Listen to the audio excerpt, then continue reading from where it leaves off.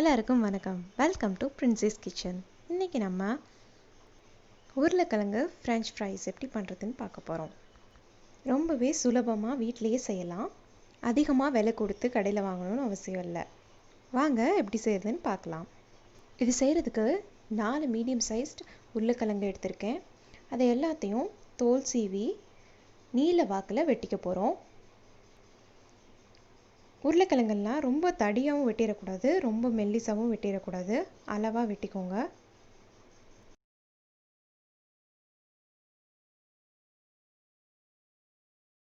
இப்போ நம்ம எல்லா உருளைக்கிழங்கையும் வெட்டியாச்சு. இதை பச்சை தண்ணியில் ஒரு 10 நிமிஷம் ஊற வச்சிடலாம். அது ஊறுற கேப்பில் 1 டம்ளர் அளவுக்கு தண்ணியை நல்லா பாயில் பண்ணி எடுத்துக்கலாம்.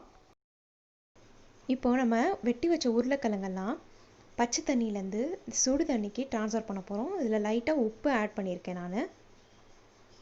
அந்த உப்பு உருளைக்கிழங்குல இறங்கணுங்கிறதுக்காக இந்த ஹாட் வாட்டரில் நம்ம சேர்த்துக்கிறோம்.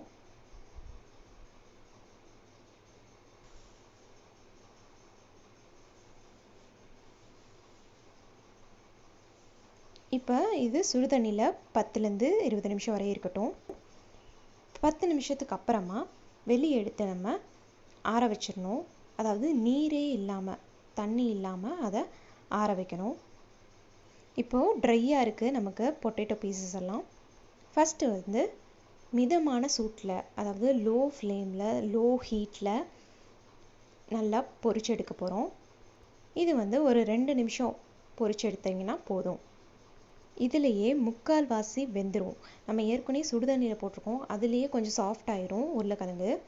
இப்போ நம்ம 2 மினிட்ஸ் பொரிக்க போகிறோம். இதில் ஓரளவுக்கு வெந்துடும். இதே போல் எல்லா ஃப்ரெஞ்ச் ஃப்ரைஸையும் பொரிச்சு எடுத்துக்கலாம். ஃபஸ்ட்டு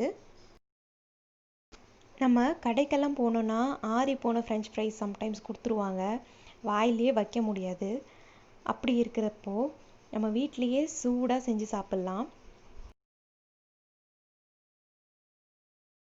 பாருங்கள், ஃபஸ்ட்டு நம்ம பொரிச்சது ரெடி ஆயிடுச்சு. இப்போது செகண்ட் டைம் நம்ம பொரிக்க போகிறோம். அப்போ ஆயில் நல்லா சூடாக இருக்கணும். ஆயிலை ஃபஸ்ட்டு நல்லா சூடு பண்ணிவிட்டு ஃப்ளேமை லோ ஆக்கிடுங்க. 2லேருந்து 3 நிமிஷம் அளவுக்கு பொரிச்சு எடுக்க போகிறோம். நல்லா கோல்டன் ப்ரௌன் ஆகிற வரைக்கும் நம்ம பொரிச்சு எடுக்கணும். அப்போ தான் நல்லா மொறு மொறுன்னு கிறிஸ்பியாக நமக்கு கிடைக்கும். இன்றைக்கி ஒரு ஸ்பெஷல் அனௌன்ஸ்மெண்ட் வேறு இருக்குது. ஒரு கான்டெஸ்ட் வைக்க போகிறோம். நம்ம சப்ஸ்கிரைபர்ஸ் எல்லாருக்கும் வீடியோவோட முடிவில் அதை பற்றின டீட்டெயில்ஸ் இருக்குது. கண்டிப்பாக எல்லாரும் கலந்துக்கோங்க.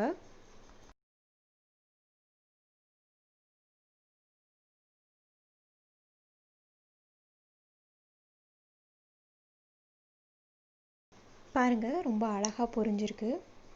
அவ்வளோதான், இப்போ நம்ம எடுத்துடலாம்.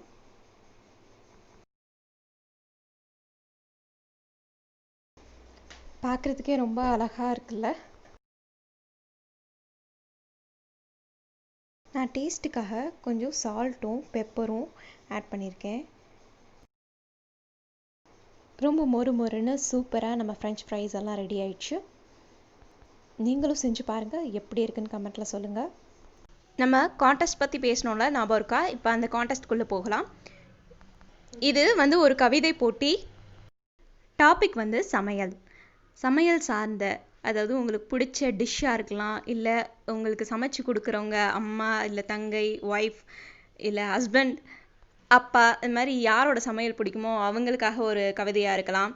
இந்த கவிதையை தமிழில் இல்லை இங்கிலீஷில் எழுதி கமெண்ட் செக்ஷனில் போஸ்ட் பண்ணுங்கள். யாரோட கவிதைக்கு அதிகமான லைக்ஸ் வருதோ அவங்களுக்கு ஒரு கிஃப்ட்.